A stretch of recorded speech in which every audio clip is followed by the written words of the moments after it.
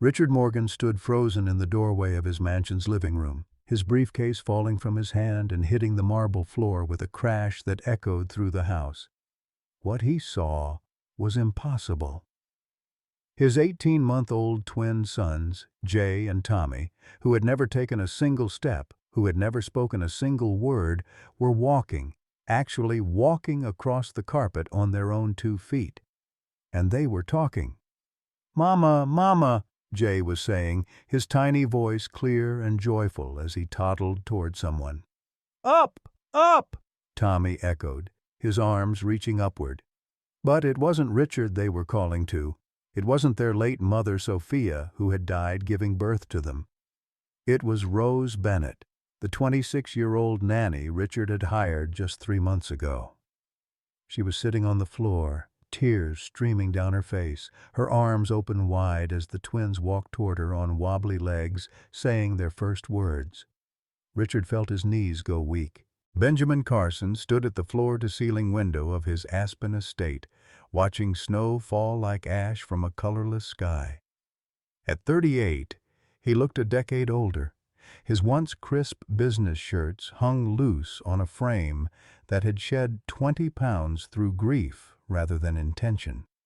Dark stubble shadowed his jaw, not from fashion but from forgetting to care. The wedding band on his finger had worn a groove into his skin, a permanent reminder of what he'd lost 18 months ago. Behind him, the mansion sprawled in expensive silence. 30 rooms, each decorated by designers who'd never met the family who'd lived there. Catherine had planned to fill these spaces with laughter, with messy toys, with life. Instead, they remained pristine and dead, a mausoleum masquerading as a home. His phone buzzed. Another board meeting he'd attend remotely, another 18-hour workday that let him avoid going upstairs to the nursery. Avoid seeing the twins who looked so much like Kate it physically hurt to meet their eyes. The irony wasn't lost on him. He'd built a $3 billion empire on innovation, on solving impossible problems. Yet he couldn't solve the simplest equation: how to love the children his wife had died to give him. The truth he couldn't speak aloud, even to himself in the darkest hours, was simple and terrible. He blamed them, not consciously, not with malice, but with the irrational fury of grief that needed somewhere to land. Catherine had been 4 months pregnant when the cancer diagnosis came. Stage 3. The doctors had been clear. Terminate the pregnancy, start aggressive treatment immediately, and she might survive. Might. She'd refused. "They're already part of me, Ben. How can I destroy part of me?" He'd begged. He'd pleaded. He'd promised they could try again after she recovered. But Catherine had that stubborn set to her jaw he'd always loved, always until it killed her. She'd carried the twins to term, delaying treatment for 5 agonizing months. They were born healthy, perfect, with her dark curls and his serious eyes. 3 months later, Catherine was gone, the cancer having spread too far during the delay. Now Benjamin stood in his golden cage, unable to hold his own children without feeling the weight of that choice crushing his chest.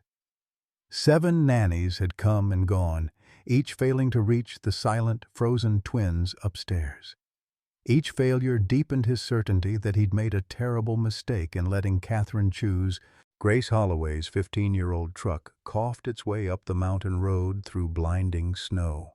The heater had died somewhere outside Denver, and her breath came out in white clouds that fogged the windshield faster than the failing defroster could clear it. She'd been driving for 6 hours through a blizzard the radio kept calling inadvisable to travel through, but turning back wasn't an option. This job interview was her last chance. The employment agency had been blunt. 7 nannies in 18 months, Miss Holloway. The twins are considered difficult cases. Mr. Carson is demanding, grief-stricken, and according to the last nanny, emotionally unavailable. Are you certain you want this position? Grace had thought of the locked box under her bed, the hospital bracelet inside reading Sophie Elizabeth Holloway with dates that spanned only 2 days. I'm certain. The mansion materialized through the snow like something from a winter fairy tale, all stone and glass and impossible wealth. Grace's stomach twisted. She'd grown up in an Iowa farmhouse where 6 people shared one bathroom. This place had more square footage than her entire hometown's main street. A stern woman answered the door, gray hair pulled back so tightly it looked painful. "You must be Miss Holloway. I'm Mrs. Anderson, the head of household. Mr. Carson will give you 10 minutes. He's very busy." The house's interior was beautiful and empty, like a museum after hours. Grace followed Mrs. Anderson down hallways lined with art that probably cost more than her truck. Everything was perfect, spotless, silent, too silent for a home with toddlers. Benjamin Carson didn't look up when she entered his office. He sat behind a desk the size of Grace's childhood bedroom, typing on a laptop, phone pressed to his ear. Designer suit, expensive watch, the casual armor of wealth. But Grace noticed what others might have missed. The coffee rings on the desk, the wrinkled collar, the way his hand trembled slightly as he typed. "Resume," he said without greeting, ending his call. Grace's hands felt suddenly cold. "I don't have a traditional resume, Mr. Carson." That got his attention. He looked up, eyes red-rimmed and hollow. "Then why are you here?" "Because I have something the other 7 nannies didn't have." "Which is?" "I understand what it's like to lose the person you love most in the world." His jaw tightened. "You know nothing about me." Grace reached into her worn bag and pulled out a photograph, creased from handling. Her father, smiling in overalls, standing beside a John Deere tractor. "My dad, he died when I was 10. Tractor accident. I blame myself for 2 years." Benjamin's typing stopped. "Why would you blame yourself?" "Because that morning he'd planned to skip work." "It was my birthday, but I begged him to finish planting the north field first so we could celebrate without him worrying. If I hadn't begged, he'd have stayed home. He'd still be alive." The silence stretched between them, heavy with recognition. "That's not your fault," Benjamin said quietly. "And your wife choosing to carry her children isn't yours." His face went pale. "How did you—" "The agency told me the basics, but I recognize the guilt in your voice on the phone. I know it because I carried it too." Grace leaned forward. "You blame yourself for not forcing her to abort. You think your wanting children killed her. You can't look at your twins without seeing her sacrifice." Benjamin's hands were shaking now. "You don't understand. I understand that grief makes us irrational, that loving someone means respecting their choices, even when those choices destroy us." Grace's voice softened. "Your wife made her decision. She chose life for them. The question is, will you honor that choice by loving them or dishonor it by pushing them away?" Something cracked in Benjamin's carefully maintained control. His shoulders sagged. "I don't know how to love them without seeing her die every time I look at them." "Then let me help you learn." They sat in silence for a long moment. Outside, the blizzard raged. Inside, something shifted. "The twins don't speak," Benjamin said finally. "They don't walk. They barely react to anything. 7 nannies, 4 specialists, 18 months of therapy. Nothing works. Because they don't need therapy. They need love. And you think you can provide that?" Grace thought of Sophie's tiny hand going limp in hers, the monitor's flat line, the sound of her own screaming. "I know I can, because I failed once and I won't fail again." Benjamin studied her for a long moment, seeing something in her eyes that decided him. "You're hired." The nursery was everything money could buy, and nothing a child needed. Designer furniture in muted grays and whites, educational toys still in packaging, a mobile that played Mozart but had never been wound. And in the center of this expensive emptiness sat Lily and Lucas Carson, 18 months old, silent as sculptures. Grace's breath caught. They were beautiful, with dark curls that must have been their mother's and serious gray eyes that were clearly their father's.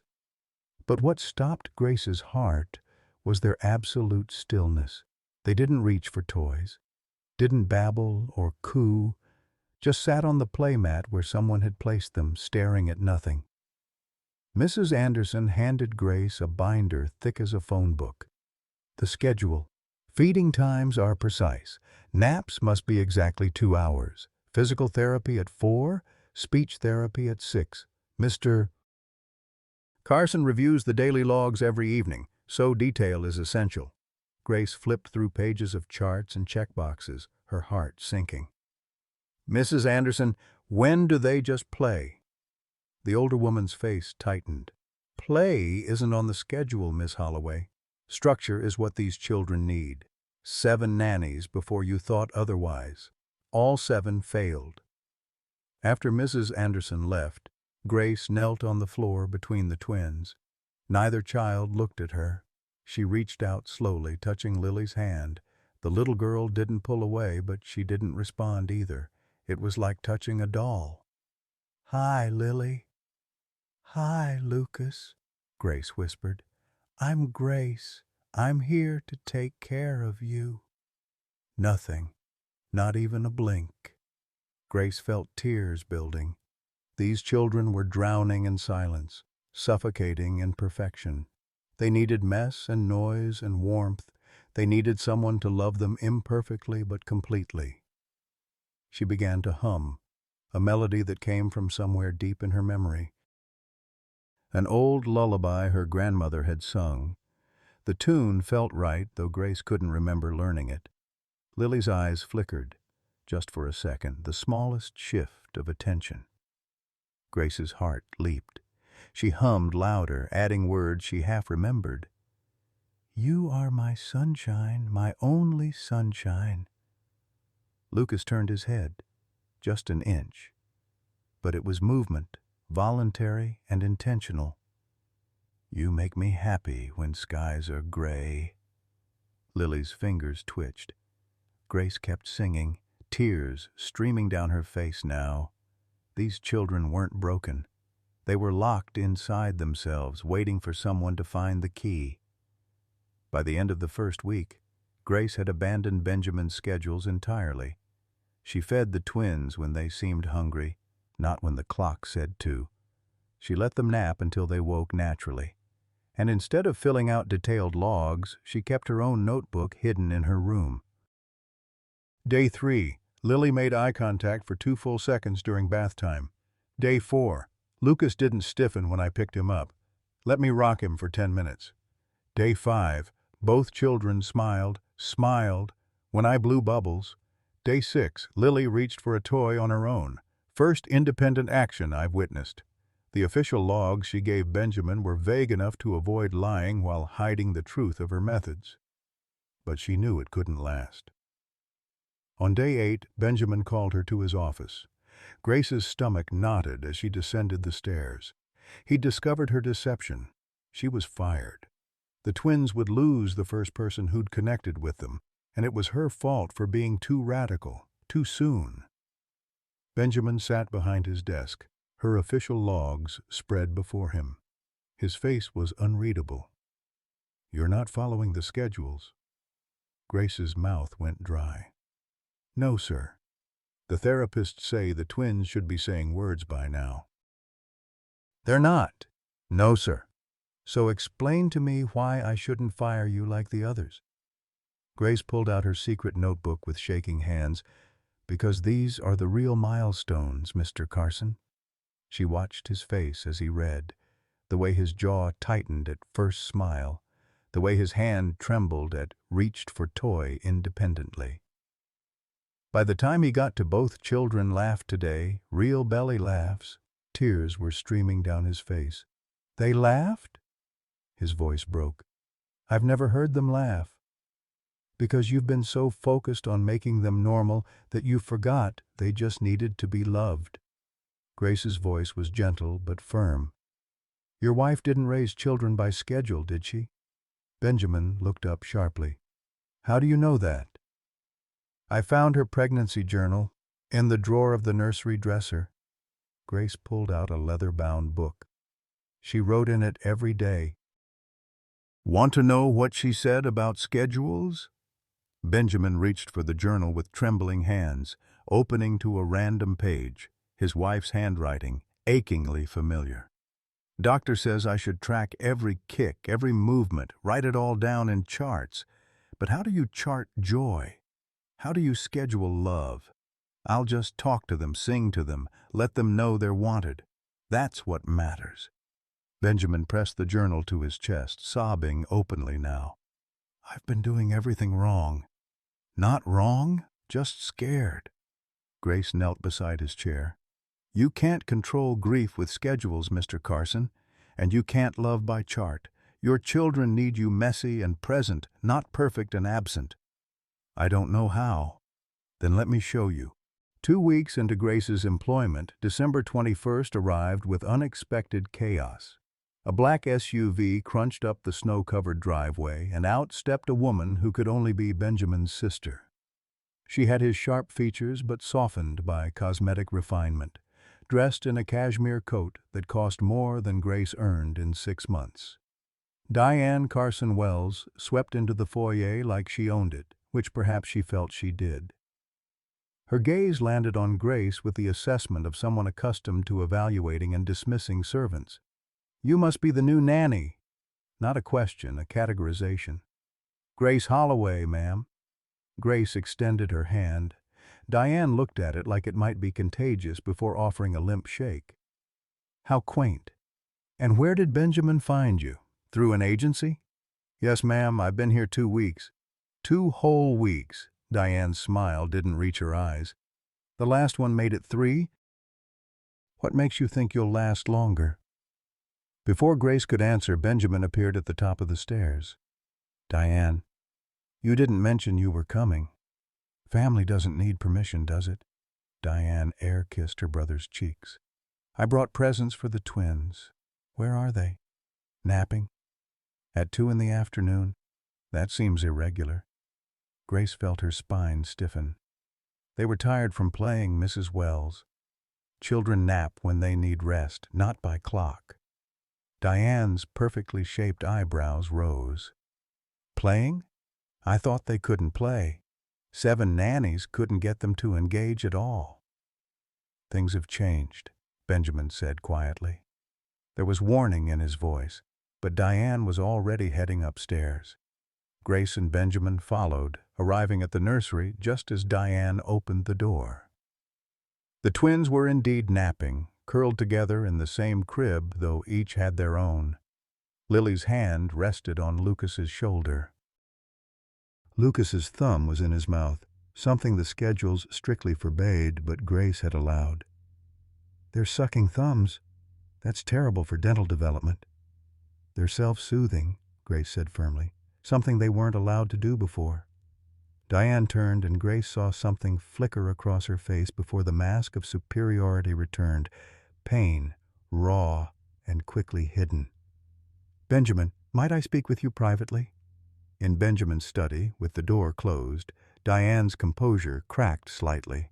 Grace knew she should leave, but Benjamin gestured for her to stay. What are you thinking? Diane's voice rose. A farm girl with a community college degree? The children need professionals, not some amateur playing house. Grace has accomplished more in 2 weeks than any professional did in 18 months. They still don't walk. They still don't talk. How is that progress? They smile, Benjamin said, and his voice broke slightly. They laugh. They reach for things they want. They're becoming children instead of furniture. You're replacing Kate. The accusation hung in the air like poison gas. I'm honoring her. She wanted them loved, not controlled. Diane's face twisted. And what happens when this girl gets bored? Finds a better job? The twins call her Mama now, don't they? I heard Lucas earlier. What happens to those children when she leaves? The question hit its mark. Benjamin paled. I won't leave, Grace said quietly. Not unless Mr. Carson asks me to. Oh, how noble, Diane's voice dripped sarcasm. And when you're 28 and want your own life, your own family, these aren't your children, no matter how much you play pretend. Grace felt the words like slaps, but she kept her voice steady. You're right. They're not my children, but I love them like they are. Love? Diane laughed bitterly. You've known them 2 weeks. I knew I loved them the first moment I saw them. Broken recognizes broken, Mrs. Wells. Something in Diane's face shifted. What do you know about being broken? Before Grace could answer, Benjamin's phone rang. Dr. Robert Hayes. He put it on speaker. Ben, I know I said I wouldn't come by, but I think we need to talk about the twins' development. I've been reviewing their charts. The charts are outdated, Benjamin said. Grace doesn't use them. A long pause. Then, what is she using? Intuition, love. It's working. Another pause. Longer. I'd like to see for myself. Tomorrow? After he hung up, Diane smiled coldly. Perfect. Let's see what a real doctor thinks of your experiment. That night, Grace couldn't sleep. She sat in the twins' room, watching them breathe, terrified that Dr. Hayes would condemn her methods and she'd be sent away. Lily stirred, whimpering. Grace lifted her, rocking gently, humming the lullaby that always soothed her. Mama? Lily's sleepy voice. Grace's heart clenched. I'm here, sweet girl. Stay? Always. A promise Grace prayed she could keep. The next morning, Dr. Hayes arrived with the grim expression of a man attending a funeral. Robert Hayes had been the Carson family physician for a decade, had delivered the twins, had held Kate's hand as she died. The grief had aged him, carved lines around his eyes that hadn't been there 2 years ago. He watched through the nursery door as Grace worked with the twins. She'd spread a blanket on the floor, scattered toys, and simply played.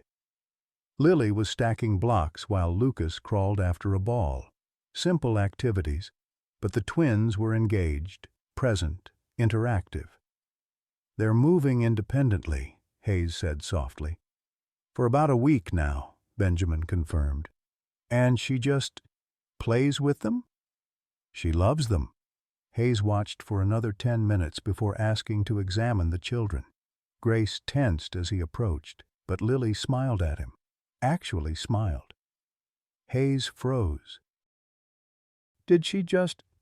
She smiles all the time now, Grace said. Both of them do. The examination was thorough. Hayes checked reflexes, responses, engagement. Lucas giggled when Hayes tickled his feet. Lily said hi when prompted. Small things, but miracles compared to 18 months of silence. In Benjamin's study afterward, Hayes sat heavily. I owe you an apology. For what? Benjamin asked. I blamed you. When Kate died, I thought you should have forced her to terminate. I thought you were selfish. Hayes looked at his hands. I stopped coming around because I couldn't bear to see what your selfishness had created. Robert, but I was wrong. Kate made her choice. Those children are her legacy, and they're thriving now because someone finally gave them what Kate would have given them. Love without conditions. He looked at Grace. Whatever you're doing, don't stop. Grace felt tears building. I won't. There's something else. Hayes pulled an envelope from his jacket. Kate asked me to give this to whoever ended up caring for her children, if that person truly loved them. She said I'd know when I met the right person. He handed it to Grace. You're the right person. Grace's hands shook as she opened the envelope. Inside was a letter in elegant handwriting. To whoever loves my children when I cannot. Thank you. Thank you for seeing them as the miracles they are. Thank you for choosing them. I chose them too, and I'd choose them again. Love them messy. Love them loud. Don't let Benjamin's grief make them grow up in silence. Make noise. Make messes. Make memories. They deserve joy, not perfection. All my love and gratitude, Catherine. Grace was sobbing now. Benjamin crossed the room and held her while she cried. It was the first time he'd touched her beyond handshakes, and it felt like a barrier breaking. She knew, Grace whispered. She knew you'd struggle. She knew they'd need someone. She always knew everything, Benjamin said, his own voice thick. A sound from the doorway made them turn. Diane stood there, face pale, having heard everything.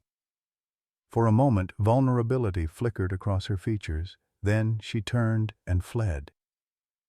Grace found her an hour later in one of the guest rooms, staring out at the snow. Mrs. Wells, leave me alone. I can't, because you're hurting, and hurt people hurt people. Diane whirled. You don't know anything about me. I know you touched your stomach when you looked at Lily yesterday. I know you turned away when they laughed. I know something about motherhood haunts you. Diane's face crumpled. I can't have children. 4 pregnancies, 4 losses. The last one made it to 7 months before. She couldn't finish. Grace sat beside her. I'm sorry. Don't patronize me. I'm not. I lost a baby too. She lived for 2 days. Diane looked at her sharply. You're lying. Her name was Sophie. I was 19. She was born too early. Grace pulled out her phone, showed the only photo she had. A tiny infant in an incubator, impossibly small. I held her when she died. I understand your pain.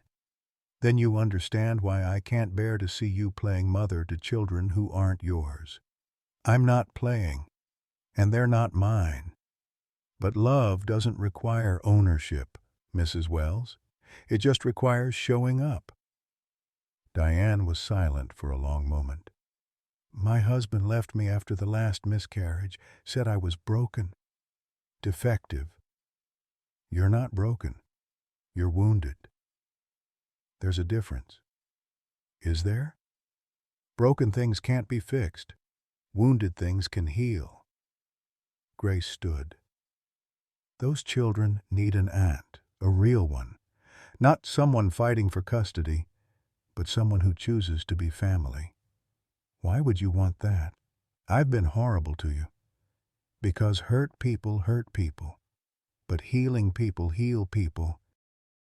Choose which one you want to be. After Diane left the next morning, the house felt different, lighter somehow. Benjamin worked from home now, taking breaks every hour to visit the nursery. Grace caught him one afternoon lying on the floor while Lily and Lucas climbed on him like a jungle gym. He was laughing, actually laughing, and the sound filled the empty mansion with something it had lacked for 18 months. Life. Christmas Eve morning dawned clear and brutally cold. The blizzard that had raged for 3 days finally exhausted itself, leaving behind a world transformed into crystalline silence.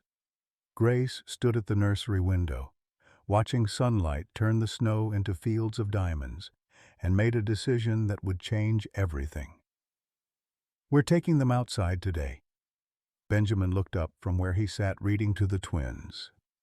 Over the past 3 weeks, he'd transformed from absent father to present one, though the journey was far from complete. Outside? Grace, it's 15 degrees. And they've never felt snow, never touched grass, never breathed air that wasn't filtered and controlled. Grace knelt beside him. They're not fragile, Ben. Stop treating them like they'll break. What if they get sick again? What if they don't? What if they discover something wonderful? She touched his hand. Kate wouldn't have kept them in a bubble. The mention of his wife's name still made him flinch, but less violently now. She would have taken them outside in a blizzard at 3 months old if I'd let her. Then let's honor that. Let them experience the world she wanted them to see. Mrs. Anderson objected strenuously when they announced the plan. Mr. Carson, this violates every safety protocol. The children could develop hypothermia, frostbite, respiratory infections, or they could play in snow like normal children, Grace interrupted gently. Mrs. Anderson, with respect, they've been safe for 18 months. Safety hasn't made them thrive. Love has. The older woman's face softened unexpectedly. You're right. I've been so focused on protecting them that I forgot they need to live. She managed a small smile. I'll make hot chocolate for afterward. Bundling Lily and Lucas took 20 minutes. Snowsuits, boots, mittens, hats, scarves. The twins tolerated the dressing with unusual patience, as if sensing something important was happening. When Grace carried Lily to the back door, the little girl's eyes went wide. White! Mama! White! Grace's heart swelled. 3 weeks ago, Lily hadn't spoken at all. Now she had a vocabulary of perhaps 30 words, and every new one felt like a miracle. The back garden had been cleared in patches, creating islands of snow-covered grass surrounded by deeper drifts. Benjamin carried Lucas, who clutched his father's neck with mittened hands. Grace noticed Benjamin's eyes were bright with unshed tears. This was the first time he'd chosen to hold his son for pleasure rather than necessity. Grace set Lily down on a clear patch and carefully removed her boots and socks. Benjamin stared. You really are crazy. Trust me. Lily's bare feet touched the cold grass, and her whole body went rigid with shock. Then wonder. She looked down at her toes, up at Grace, down at her toes again. A giggle bubbled up from somewhere deep inside her, pure and joyful and absolutely delighted. Lucas saw his sister's reaction and squirmed to be put down. Benjamin hesitated only a moment before following Grace's lead, removing the boy's boots. Lucas's feet hit the grass and he shrieked with laughter, the sound echoing off the mountains. That's when Grace noticed they had an audience. Mrs. Anderson watched from the kitchen window. Dr. Hayes' car was pulling up the driveway, an unscheduled visit, and standing on the upper balcony, wrapped in a coat, was Diane Carson Wells, who had returned without warning. But Grace's attention snapped back to the twins as movement caught her eye. A snowshoe hare, its coat turned pure white for winter camouflage, hopped into view about 10 feet away. It paused, nose twitching, regarding the strange small humans with curiosity. Lily saw it first. Her eyes went enormous. She pointed, mouth forming a perfect O of wonder. Bunny! The single word, clear as a bell, was her longest yet. Lucas followed her gaze and squealed, Bunny! Bunny! The rabbit, startled by the noise, hopped away toward the tree line. Lily watched it go with such longing that Grace's breath caught. The little girl looked down at her feet, then at where the rabbit had disappeared, then back at her feet. Grace could almost see the wheels turning in her mind. Don't you dare, Benjamin whispered, but his voice carried hope, not prohibition. Lily pushed up with her hands. Her legs, which had never supported her weight, trembled violently. She got her feet under her, wobbled, fell back on her bottom. Instead of crying, she tried again. Grace wanted to help, to lift her, to make it easier. But she forced herself to stay still, hands clenched in her lap. This was Lily's moment. On the third try, Lily stood, actually stood, swaying like a tree in wind, but vertical. Her face showed fierce concentration. She lifted one foot, put it down slightly ahead, lifted the other, put it down. She was walking. Grace's vision blurred with tears. Benjamin made a sound somewhere between a laugh and a sob. Lily took 3 steps, 4, 5, before her legs gave out and she tumbled into the snow. But she was laughing, pushing herself up, trying again. Lucas, never one to be outdone by his sister, gripped the leg of Benjamin's pants and hauled himself upright. He looked up at his father with such determination that Benjamin laughed outright. Da, da, da, da. The word hit Benjamin like a physical blow. Lucas had said it, his first word beyond mama, and he'd chosen Dada. Benjamin dropped to his knees in the snow, arms open, and Lucas took 3 wobbling steps into them. Yes, Benjamin sobbed, holding his son. Yes, I'm your Dada. I'm here. I'm finally here. Grace gathered Lily, who was still trying to walk, still laughing with each attempt. And all 4 of them ended up on the ground in a pile, the twins between them, everyone crying and laughing simultaneously. That's when Diane's voice cut through the moment like a blade. "Stop this right now!" She was striding across the snow, fury in every line of her body. Grace instinctively pulled Lily closer. Benjamin stood, placing himself between his sister and his children. "Diane, you're endangering these children. Bare feet in winter. This is criminal negligence." She grabbed for Lily, but Grace held firm. "Mrs. Wells, they're fine. You have no authority here. You're just the hired help." Diane's voice rose to a shriek. "I've filed for emergency custody. These children need proper care, not some farm girl playing house." Lily, frightened by the shouting, burst into tears. "Mama Grace! Want Mama Grace!" The words seemed to break something in Diane. Her face crumpled. "I'm not your mama. She is not your mama." "Your mother is dead." The cruelty of it stunned everyone silent. Then Diane collapsed to her knees in the snow, sobbing uncontrollably. I just wanted to be someone's mother. Just once." Grace, still holding Lily, knelt beside the broken woman. "Then be their aunt. Choose to be family instead of fighting for ownership." "You don't understand." Diane's voice was raw. 4 babies. I carried 4 babies and everyone died inside me. My husband left, said I was defective. And then Kate died giving these 2 life, and I thought maybe this was my chance to finally know what it feels like. Christmas morning arrived with deceptive peace. The house was quiet, the twins still sleeping after the excitement of their first steps. Grace sat in the kitchen nursing coffee, watching dawn paint the mountains pink and gold. For the first time in 7 years, she felt something close to happiness. Then Lily's scream shattered the silence. Grace took the stairs 3 at a time, her heart in her throat. In the nursery, Lily was sitting up in her crib, her face an alarming shade of gray. Her breathing came in harsh, rattling gasps. Each inhale sounded like tearing fabric. "Benjamin!" Grace scooped up Lily, whose little body was burning with fever. "Benjamin!" He appeared in the doorway, took one look and went pale. "I'll call Dr. Hayes." But when Hayes answered, his voice was grim. "The roads are closed again. Another storm moved in overnight. I can't get to you, and neither can an ambulance."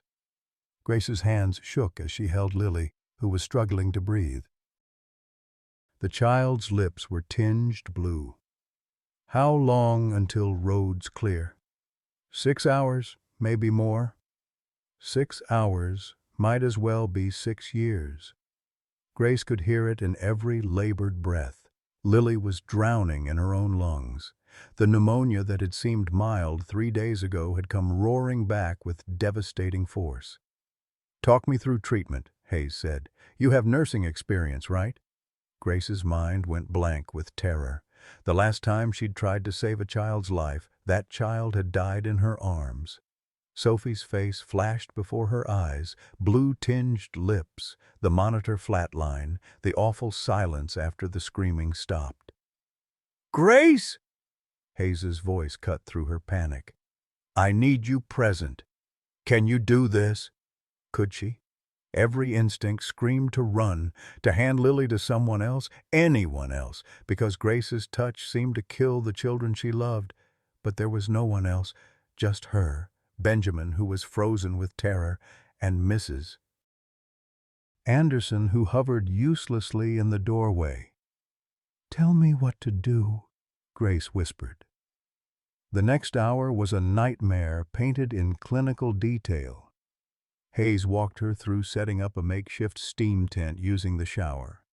Through monitoring Lily's oxygen levels with a pulse oximeter Hayes had left in his medical bag from his last visit. Through the terrifying decision of whether to attempt a thoracic drainage procedure that could save Lily's life or puncture her lung and kill her. Benjamin held his daughter while Grace's hands, steadier than she felt, located the intercostal space. The needle was in her hand. One insertion, careful and precise, could drain the fluid crushing Lily's lungs, or it could end her life in seconds. "I can't," Grace breathed. "Ben, I can't. Last time I tried to save a baby, she died." Benjamin's eyes met hers across Lily's struggling body. "But you have to try." Because not trying means watching her die for certain. Grace thought of Kate, choosing to carry her children knowing it would kill her, choosing love over safety, choosing to try even when failure meant death. The needle went in. For 3 seconds nothing happened. Then fluid began draining, and Lily gasped. A real breath, deep and clean. Then another. Grace pulled the needle out with shaking hands. Lily's color was already improving, the blue tinge fading from her lips. But she wasn't out of danger. The fever still raged, and the pneumonia could return with vengeance. Hayes stayed on the phone, talking Grace through the next critical hours, tepid baths to control fever, breathing treatments improvised from hot showers and eucalyptus oil Mrs. Anderson found in a cabinet, constant monitoring of vital signs. Lucas woke and began crying, frightened by the chaos. Mrs. Anderson took him, but he screamed for his sister, for Grace, for stability in a world suddenly terrifying. Diane arrived unannounced at noon, let herself in with the key she'd never returned. She found Grace in the bathroom, holding Lily in a steam-filled shower, both of them soaked and exhausted. Grace's face was streaked with tears. "Is she—" Diane couldn't finish the question. "Alive. Barely. Let me help. You filed for custody. You called me unfit. I was wrong." Diane's voice broke. "I was so wrong. Please, let me help save her." Grace was too tired to argue. "Take Lucas. Keep him calm. He needs to know someone's in control even if we're not." For the next 4 hours, they worked as a team. Diane sang to Lucas, distracted him with toys, kept him from seeing his sister's struggle. Mrs. Anderson prepared liquids and monitored the thermometer. Benjamin held Lily when Grace's arms gave out, and Grace held her when his did. At 4 p.m., 3 minutes after Lily's fever finally broke, her breathing suddenly changed. The rattle returned, worse than before. The pulse oximeter alarm screamed. Lily's eyes rolled back. "She's crashing!" Grace shouted into the phone. Hayes's voice was steady, but Grace heard the fear underneath. "Start chest compressions. Now!" Grace laid Lily on the bathroom floor, positioned her hands on that tiny chest, and began counting. 1, 2, 3. Breathe. 1, 2, 3. Breathe. Benjamin was praying, or maybe begging. "Please, please, not her too. Don't take her too." 1 minute of compressions. 2, 3. "Grace, if her heart doesn't start in the next 30 seconds, you need to stop." Hayes's voice was gentle. "You've done everything possible." Grace kept compressing. "I won't give up on her. Grace, I won't!" At 3 minutes and 40 seconds, Lily gasped. Her eyes fluttered open. She looked directly at Grace and whispered, "Mama?" Grace collapsed over her, sobbing. "Yes, baby, yes, Mama's here." The crisis passed, but its aftermath left Benjamin hollowed out. After Lily was stable and sleeping peacefully, after Dr. Hayes finally arrived and confirmed she would recover after the adrenaline drained away, Benjamin locked himself in Kate's bedroom for the first time since her death. The room was a time capsule. Her coffee cup still sat on the nightstand, lipstick print faded but visible. Her robe hung on the bathroom door. Photographs covered the dresser, their wedding, their honeymoon in Greece, Kate laughing with her head thrown back at some joke he could no longer remember. Benjamin sank onto the bed that still smelled faintly of her perfume and put his face in his hands. "I almost lost her too, just like I lost you." The silence offered no comfort. He'd been running from this room, from these memories, from the crushing weight of his choices for 18 months. But watching Lily struggle to breathe, watching Grace fight to save her, had cracked something open inside him that could no longer be sealed. "This is my punishment, isn't it? For being selfish, for wanting children more than I wanted you safe." His laptop sat on Kate's desk, untouched since her death. Benjamin opened it with shaking hands. The screensaver was a photo of Kate at 8 months pregnant, glowing despite the cancer ravaging her body. He almost closed it, unable to bear seeing her so alive when she was so completely gone. Then he noticed the flash drive plugged into the USB port. A piece of tape on it read in Kate's handwriting, "For Ben. When you're ready." He'd never been ready, had never even known this existed. But after today, after nearly losing Lily, after watching Grace sacrifice everything to save a child who wasn't hers, Benjamin realized he'd never be ready. Some things you just had to endure. The drive contained 47 video files, each labeled with a date. The earliest was from the day of her cancer diagnosis. With trembling hands, Benjamin clicked it open. Kate appeared on screen, sitting in what looked like a doctor's office. Her face was calm, but her hands twisted together in her lap. "Ben, if you're watching this, I'm gone. And I'm so sorry." Benjamin's chest constricted. Her voice, after 18 months of silence, was both agony and relief. "They told me today, stage 3 breast cancer. They want me to abort the babies and start treatment immediately."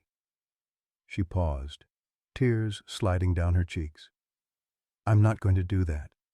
And I need you to understand why." The video continued for 10 minutes, Kate explaining her reasoning, her hopes, her fears. Benjamin watched with tears streaming down his face. Then he opened the next video, and the next. Video 15 showed Kate in the hospital, visibly weaker, her hair gone from the limited chemo she'd allowed herself. She was singing to her swollen belly, a lullaby Benjamin had never heard. He realized with a start that it was the same song Grace hummed to the twins, the melody that had first broken through their silence. By video 30, Kate was skeletal, her voice thin but determined. "I know you think I chose them over you, Ben, but I chose all of us. These babies are pieces of you and me combined. How could I destroy that?" Video 43 was recorded 2 days before she died. Kate could barely sit up. "I need to tell you something I've never said. Something I should have told you years ago." Benjamin leaned closer to the screen, his heart hammering. "I know about Sarah." The name hit him like a fist. Sarah, his college girlfriend, the one he'd planned to marry, who'd died in a car accident their senior year.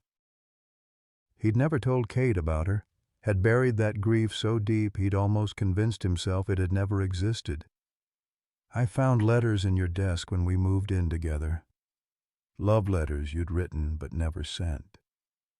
Kate smiled sadly. You loved her so much, Ben, and losing her nearly destroyed you. How did you? Benjamin whispered to the screen, though Kate was 2 years dead and couldn't hear him. But I wasn't jealous. I was grateful. Because Sarah taught you how to love with your whole heart. You brought that capacity to me. And now I need to ask something of you. Kate shifted, wincing with pain. After I'm gone, you're going to shut down. I know you, my love. You'll blame yourself. You'll push everyone away, including our babies. You'll think loving them means betraying me. Benjamin's sobs were audible now, harsh and raw.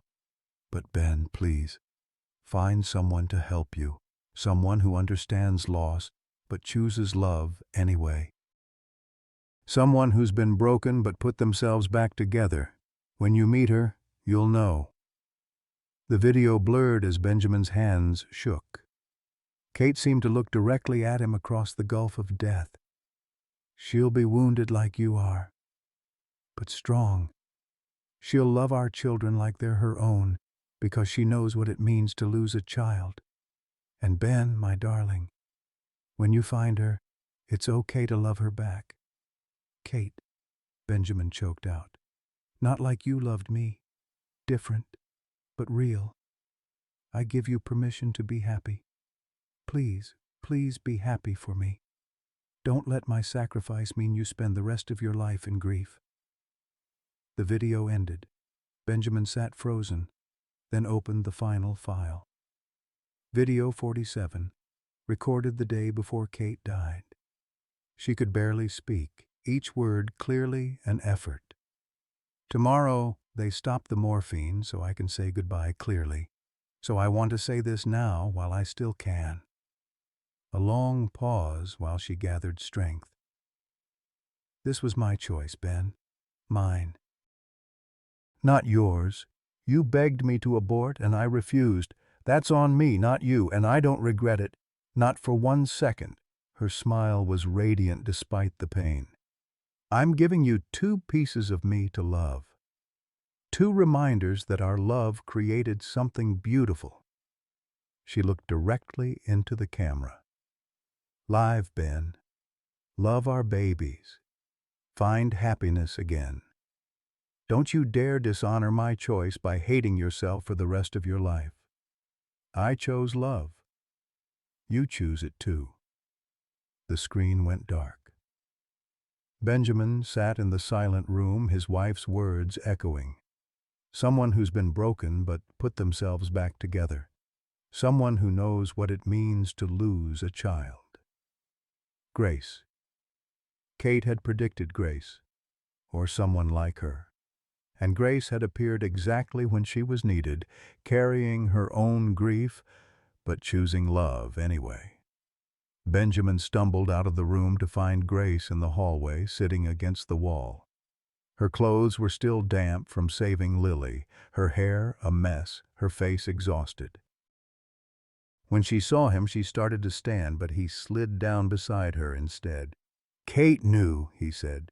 Knew what? That someone like you would come. She told me in videos I never watched because I was too afraid. His voice broke. She said to find someone who understood loss but chose love anyway. Someone who'd been broken but strong. Someone who'd lost a child. Grace went very still. How did she know about Sophie? She didn't know about Sophie specifically. She just knew the kind of person her children would need. Benjamin turned to look at her. Grace, I've been so stupid. I thought loving them meant betraying Kate. But Kate wanted me to love them. Wanted me to let someone help me. Ben, I can't pay you to be a nanny anymore. It's not enough. It doesn't honor what you've done, what you are to them. He took her hand. Be their legal guardian, co-parent with me, not as an employee, as family. Grace's eyes filled. You don't have to do this out of gratitude. I'm not. I'm doing it because my wife was right. You're exactly who we needed, and those children need you legally protected, permanently part of their lives. What about when you remarry? When you have more children? Benjamin smiled sadly. Kate addressed that too. She said it was okay to love again. Not the same as loving her, but real. A sound from the doorway made them both look up. Diane stood there, tears streaming down her face. I heard everything. Ben, I'm so sorry. I tried to take them from you, from Grace, because I was jealous. Not of the money or the house, of the love. She slid down to sit on Grace's other side. I lost 4 babies. Every one of them died inside me. My husband said I was broken, worthless. I thought if I could just be a mother just once, I could prove I wasn't defective. Grace took Diane's hand. You're not defective. You're grieving. I wanted to steal your family because I couldn't build my own. Then don't steal it. Join it. Grace squeezed her hand. Be their aunt, the real kind, not the legal kind. Family isn't theft or ownership. It's choice. 3 months later, spring arrived in Colorado with the tentative hope of melting snow and emerging crocuses. The Carson house, which had felt like a tomb throughout the long winter, now rang with laughter and chaos and the messy vitality of actual life. Lily and Lucas, now 21 months old, ran through the hallways shrieking with joy.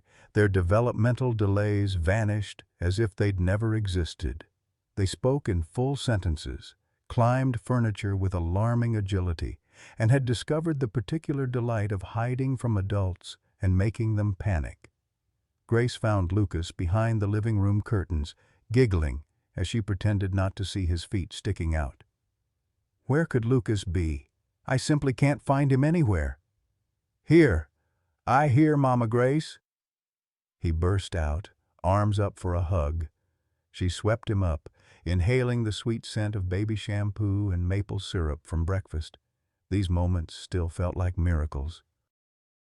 Some mornings she woke up terrified it had all been a dream, that she'd open her eyes to find herself still in that tiny Iowa apartment, still drowning in grief over Sophie.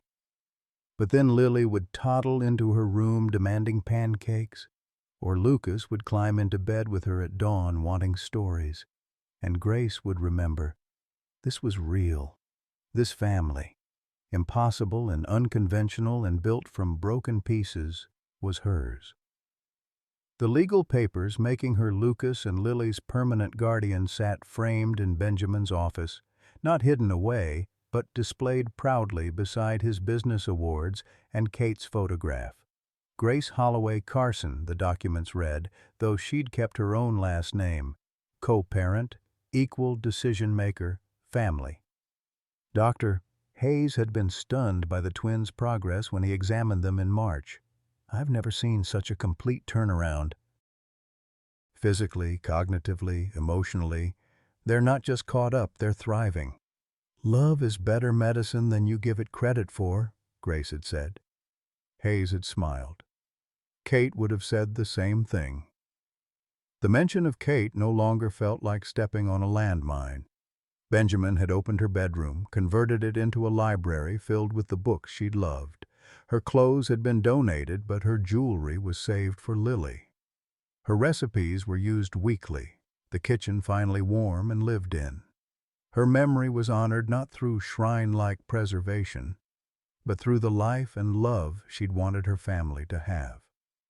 Benjamin had started attending a grief support group, something he'd resisted for 18 months. Hi, I'm Ben. I lost my wife 21 months ago to cancer. She chose to carry our twins knowing it would kill her, and I blamed myself. I'm learning that honoring her choice means living the life she wanted for us. Grace attended too, though a different group. Hi, I'm Grace. I lost my daughter Sophie 7 years ago. She lived for 48 hours. For years, I thought that made me a failure.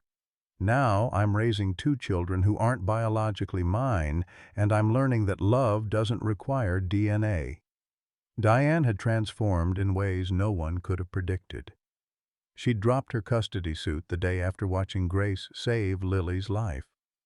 More than that, she'd apologized, truly and completely, for the cruelty she'd shown. "I was trying to steal what you were freely offering," she'd told Grace. "I thought motherhood was ownership. You showed me its service." Now Diane visited every Sunday, bearing art supplies and patience. She taught Lily to paint, helped Lucas build elaborate block towers, and had discovered a capacity for joy she'd thought lost with her miscarriages.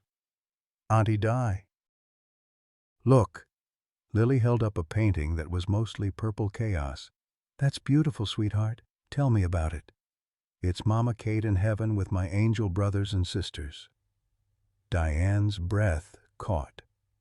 Grace had told the children about Kate in age-appropriate ways, but also about Diane's lost babies, framing them as cousins in heaven.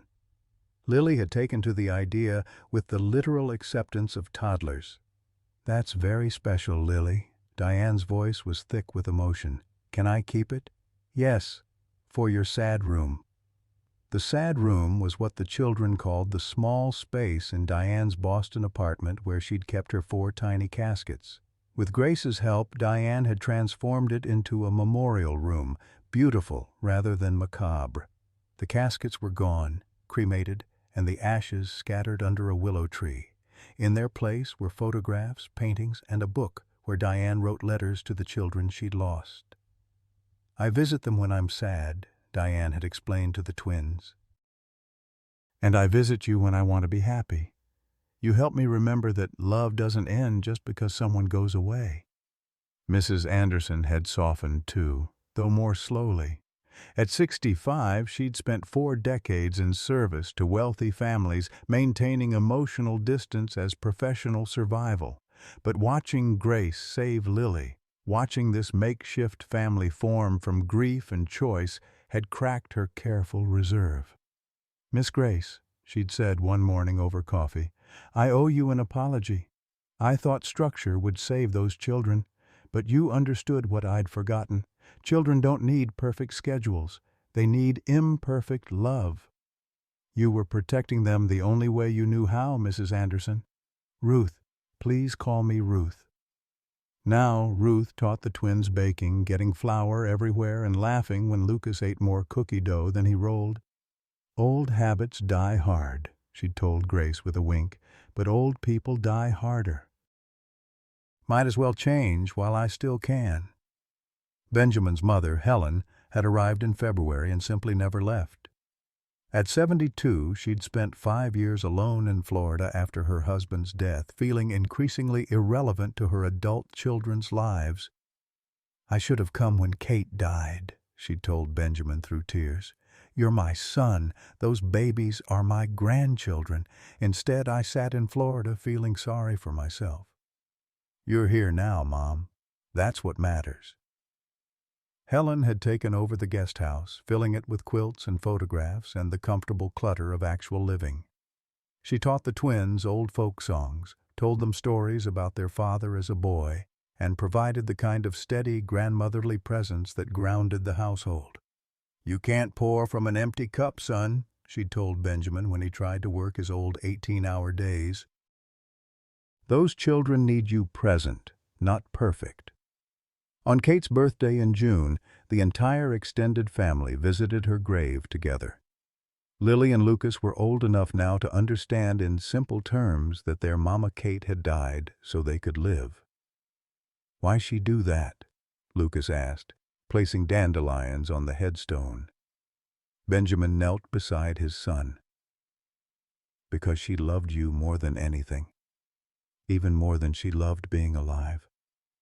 "That's a lot of love," Lily said seriously. "The biggest love there is." They sang Kate's lullabies, told stories, and for the first time Benjamin's grief felt like gratitude instead of guilt. Kate had given him an impossible gift, and he was finally able to receive it. That night, after the children were asleep, Benjamin found Grace on the back porch. Spring had turned the mountains green, wild flowers dotting the meadows in riots of color. She was drinking tea, wrapped in a blanket against the cooling evening. "Can I join you?" "Always." They sat in comfortable silence. Over the months, their relationship had evolved into something neither could quite define. Not romantic, not exactly, though there was affection and deep trust. Not just co-parents, though they made every decision together. Something new, something that didn't have a name yet. "I've been thinking," Benjamin said, "about the future." "Dangerous pastime," he smiled. "Grace, what if something happens to me? What if I get sick, have an accident, whatever?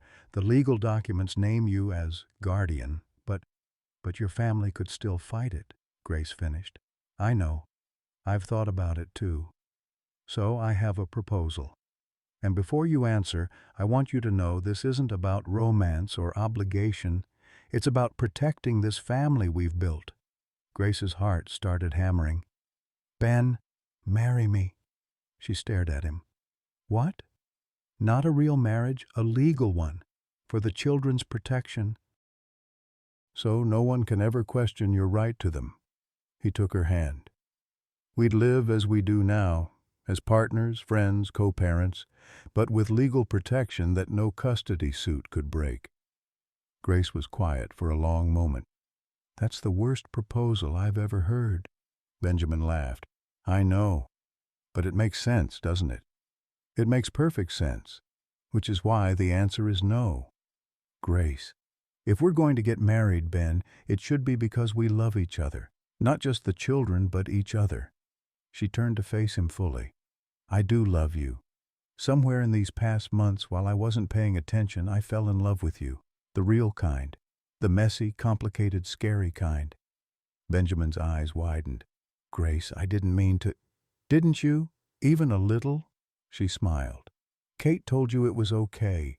In those videos, she said to find someone and love them differently, but really, I care about you deeply.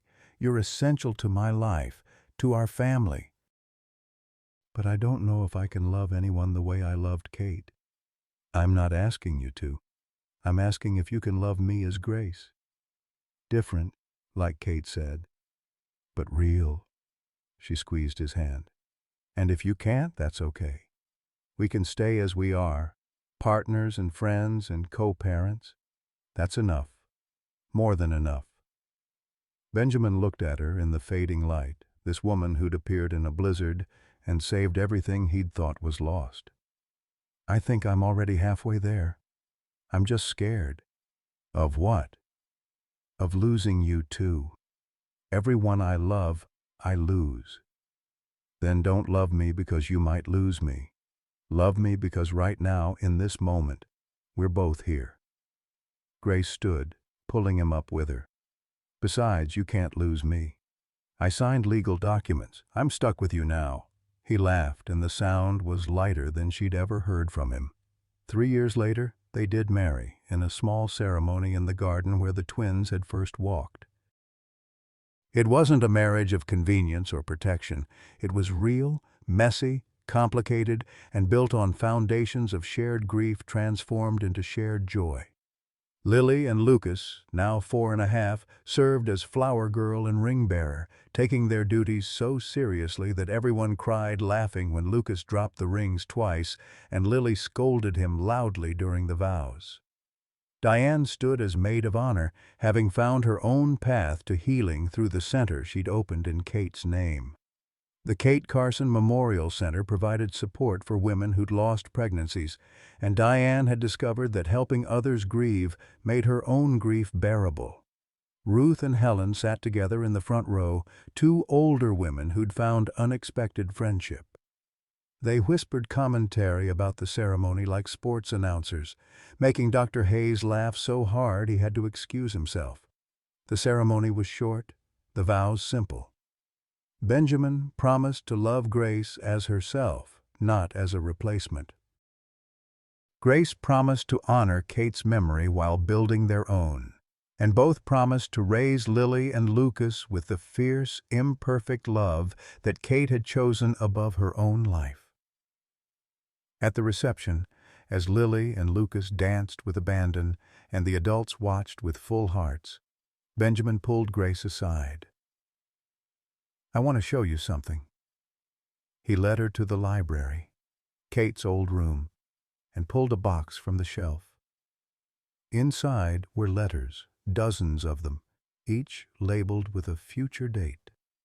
Kate wrote these for the twins, for their 10th birthday, their 16th, their 18th, their wedding days. He pulled out 2 more envelopes. "And these, one for the woman who'd helped me raise them, and one for me to open on the day I remarried." Grace's hands shook as she opened her letter. "To the woman who loves my children, thank you for being brave enough to love what I had to leave behind. Thank you for teaching them that loss doesn't mean the end of love. You're not replacing me. You're continuing me. You're proof that love multiplies instead of dividing. My children have 2 mothers now. How lucky they are. With all my gratitude and blessing, Kate." Benjamin read his aloud, his voice breaking. "To my Ben, if you're reading this, you found her, the one who helped you heal. I'm so glad. Don't feel guilty for being happy. Happiness was always what I wanted for you. Love her fully, love our children fully, and know that wherever I am, I'm proud of the family you've built from the ashes of losing me. You chose love, just like I did. All my love, always, Kate." They held each other, crying and laughing, while their children's laughter echoed from the garden. 5 years after that, the Carson Holloway household included a new addition. Benjamin and Grace's son, Benjamin Daniel Carson Jr., called Danny, to distinguish him from his father. At 2 years old, he toddled after his older siblings with fierce determination. Lily and Lucas, now 9, treated him with the bossy affection of older siblings everywhere. They told him about Mama Kate, who'd chosen them first, and Mama Grace, who'd chosen them second, and how love worked in their family. "We have lots of love," Lily explained seriously to her kindergarten class during family presentations. "Some families have 1 mom and 1 dad. We have Dada, Mama Grace, Mama Kate in heaven, Auntie Di, Grandma Helen, and Ruth. And we had 4 angel cousins we never met who watch over us." The teacher had called Grace, concerned about confusion. Grace had smiled. "There's no confusion, just abundance." Every Christmas Eve, the family returned to the spot in the garden where the twins had taken their first steps. They built snowmen, watched for rabbits, and made new memories while honoring old ones. And every year, Grace whispered the same prayer into the winter air. "Thank you, Kate, for choosing them, for choosing love. We're taking care of them for you." The wind would whisper through the pines, and Grace liked to imagine it was Kate's voice whispering back, "I know. I always knew you would." Because that's what love does. It multiplies. It transforms. It chooses again and again to be bigger than grief. And in the Carson Holloway house, love had grown so big it could shelter everyone under its protection. The broken, the grieving, the lost, and the found. All of them choosing, every single day, to love anyway. Sometimes the families we need aren't the ones we're born into, but the ones we choose. When life breaks us open. Benjamin thought loving his children meant betraying his late wife's memory. Grace believed losing her daughter meant she'd failed at motherhood forever. Diane was convinced her body's inability to carry children made her worthless. But in a snow-covered mansion in Colorado, these broken people discovered something powerful. Grief doesn't have to be the end of love, it can be the beginning. When we're brave enough to let others into our pain, when we choose connection over isolation. When we say yes to imperfect love instead of perfect loneliness, something miraculous happens. We don't replace what we've lost, we multiply what remains. The empty chairs at our tables can make room for unexpected guests. The love we thought died can bloom again in different forms. Family isn't just blood and DNA, it's showing up, staying present, and choosing each other daily. Your story isn't over because you've lost someone or something precious. Sometimes our greatest chapters are written after our deepest heartbreaks, when we finally understand that love never divides, it only multiplies. Have you ever found family in unexpected places? What would you tell someone who's afraid to love again after loss? Share your story in the comments below.